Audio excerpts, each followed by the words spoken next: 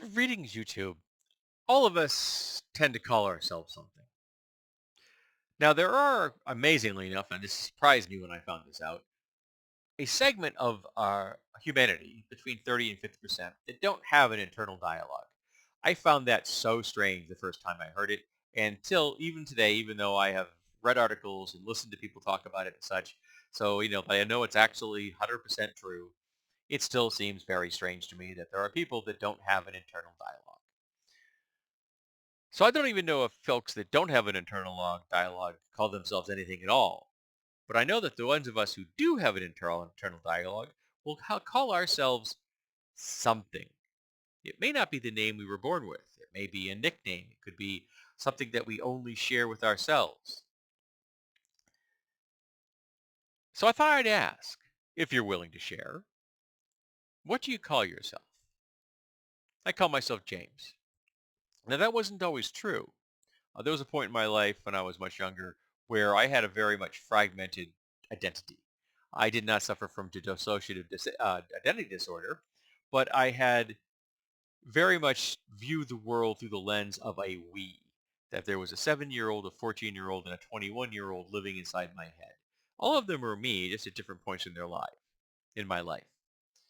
In fact, at one point during high school, I actually broke my personality down into different names, each one having a job to keep track of one emotional state because I was trying to control things in a way that isn't particularly healthy.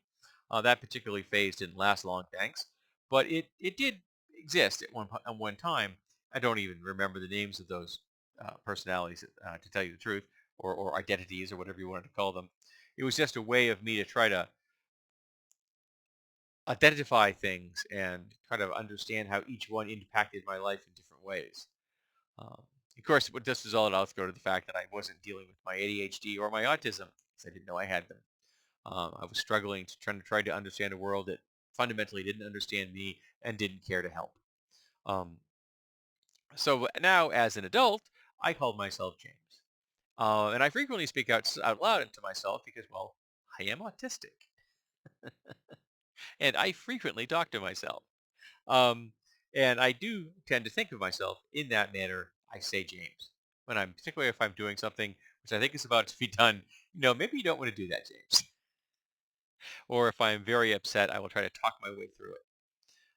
And a lot of the times, if I'm trying to I'm immediately trying to deal with the problem, I will be describing what I'm trying to solve out loud, and I'm doing it because hearing it in my ears, hearing it externally as opposed to purely internally, it almost gives me a secondary perspective, and it helps me to kind of get a buffer zone. There's like an echo in there between when I'm about to do something, I hear the voice, and so it can put a stopgap in my way of about to do something that would be potentially foolish, or at least ill-advised. Don't really know how that works, but it seems to help me. It doesn't always help me, but often it does. Particularly if I'm trying to, I got something in front of me, and I'm like, okay, you need to step back, you need to look at this, you need to figure this out, and I have to kind of walk my way through it because often the answer is right there. I've just let my runaway thinking get in the way, so I'm trying to kind of slow that runaway thinking down. You know what I mean? So I call myself James. So again, if you're willing to share, what do you call yourself?